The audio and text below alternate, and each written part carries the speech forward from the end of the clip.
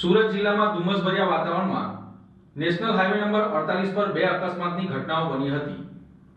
આ ઘટનાની અંદર કોઈ જાનહાનિ થવા પામી ન હતી। સમગ્ર સુરત જિલ્લામાં ધુમ્મસભર્યું વાતાવરણને લઈને વાહન ચાલકો હેરાન પરેશાન થયા હતા। નેશનલ હાઈવે નંબર 48 પર ધુમ્મસના કારણે વાહન ચલાવવું વાહન ચાલકો માટે મુશ્કેલ બન્યું હતું।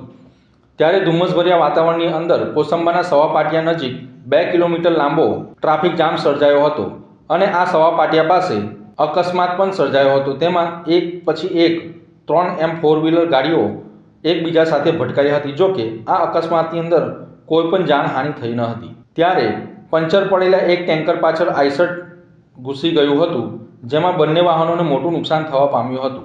ત્યારે આ અકસ્માતની અંદર પણ કોઈને જાનહાનિના સમાચાર સામે આવ્યા નથી, પરંતુ ધુમ્મસભર્યા વાતાવરણને લઈને વાહન ચાલકોને મુશ્કેલી પડી રહી હતી। તેને લઈને આ અકસ્માતની ઘટનાઓ બની હતી। સુરત જિલ્લા ટ્રાફિક પોલીસ દ્વારા વાહન ચાલકોને અપીલ કરવામાં આવી છે કે ધુમ્મસભર્યા વાતાવરણની અંદર વાહન ચાલકો પોતાની ડીપર લાઇટ અને પાર્કિંગ લાઇટ તેમજ વાહન ધીરે ચલાવવાની પણ સલાહ આપવામાં આવી હતી।